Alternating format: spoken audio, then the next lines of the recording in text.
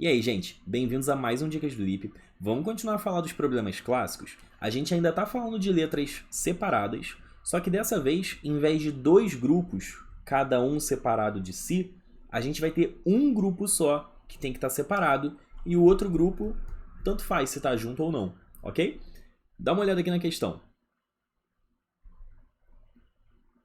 Questão da EFON de 2016, ele diz: a quantidade de anagramas da palavra mercante que não possui vogais juntas é... Peraí, vogais juntas. Eu só não posso ter as vogais juntas. As consoantes, tudo bem, tá? Sempre que só um grupo, só um dos grupos não puder ficar junto, o que você vai fazer é o seguinte: primeiro arruma o cara que pode ficar junto. Depois você encaixa o cara que não pode ficar junto. Entendeu? Nesse exemplo aqui, não entendeu porcaria nenhuma, né? Tudo bem, eu repito. Nesse exemplo aqui, as vogais não podem estar juntas, certo? As consoantes podem. O que eu vou fazer então? Primeiro eu vou arrumar as consoantes, depois eu vou pensar nas vogais. Essa é a ideia. Vamos ver agora como que vão ser essas arrumações. Primeiro, a gente tem que saber, né, quantas letras tem de cada, quantas consoantes são e quantas vogais são. Mercante tem 3 consoantes, 3 vogais. Observa que das 3 vogais tem os 2 es, né? Das 3 vogais, 2 das vogais são e. Ok. Como as vogais não podem ficar juntas, a gente vai arrumar primeiro as consoantes, como eu falei antes. C, C, C, C, C. Puramente esquemático, eu não sei ainda qual é a primeira consoante, qual é a segunda, qual é a terceira, qual é a quarta. O fato é, a ordem que eu posso colocar nas consoantes é a permutação de 5 elementos, tudo bem? Então, essa permutação de 5 elementos vai dar 120, a gente já fez isso em alguns outros vídeos, sempre aparece esse 5 fatorial, ele realmente é bem frequente na vida, na vida de estudos e afins, né? O lance é o seguinte: o pulo do gato é que, uma vez colocados esses 6, a gente vai considerar que tanto antes, quanto entre, quanto depois deles, existem espaços. O que eu vou fazer com esses espaços? Eu vou colocar em alguns deles, é claro que não vai ser em todos, as vogais que não podem ficar juntas. Porque, entenda, digamos que eu coloque um A aqui no terceiro espaço, um E no quinto espaço e o outro E no sexto espaço.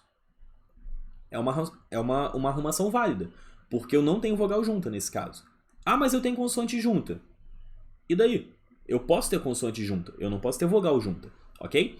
Então, o lance é: cada vogal só pode escolher um e apenas um espaço. E eu não posso botar outra vogal dentro desse espaço também. O espaço ele é particular, privado, tá? Uma vez que uma vogal escolheu aquele espaço, nenhuma outra vogal pode escolher.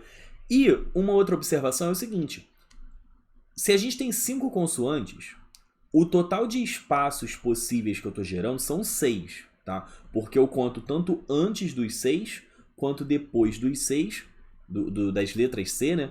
Então, no total, eu vou ter 6 espaços, ok?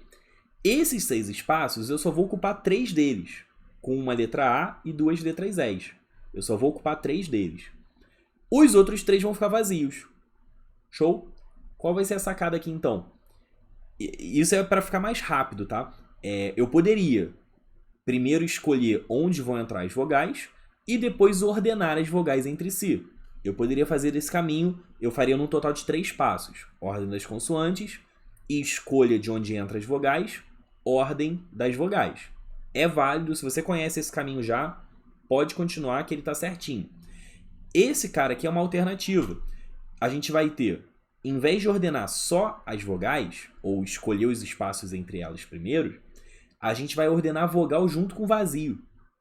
Porque ao fazer isso, automaticamente eu estou selecionando onde as vogais vão entrar e, de brinde, eu estou ordenando elas.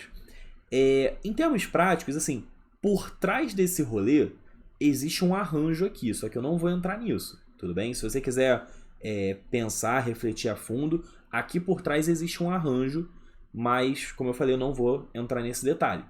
Bom, o fato é que, com 3 vogais e 3 vazios, os 3 vazios são idênticos. Vazio é vazio, não existe diferença entre eles. Então eu vou ter uma permutação de 6 elementos, com a repetição dos 3 vazios, e, não esquece, a repetição dos dois és, né? Porque tem 2 és repetindo também. Então a gente vai ter um 6 fatorial, que é a permutação de todo mundo, sem pensar em nada, dividido pela repetição, né? Pela permutação de quem repete. Então pelo 3 fatorial, que é dos vazios, e pelo 2 fatorial, que é dos és, ok? Se a gente fizer essa continha, 654 sobre 2 vai dar 60. Essa vai ser a nossa resposta para a ordem de vogais e de vazios. Agora junta tudo. O número de opções que a gente tem para a ordem das consoantes é 120. O número de opções que a gente tem para a ordem entre as vogais e os vazios, que vão se encaixar perfeitamente nesses espaços aqui, né? É claro que quando for um vazio, o que acontece é que o espaço vai sumir, só isso. Se eu tiver um vazio nesse espaço, eu corto esse espaço fora, o C vai ficar junto com outro C. É só isso que acontece. Show? Então, 120 vezes 60 vai dar 7.200. A gente encerra mais uma questão. Beleza? Daqui a pouco a gente volta com mais um vídeo. Um beijo!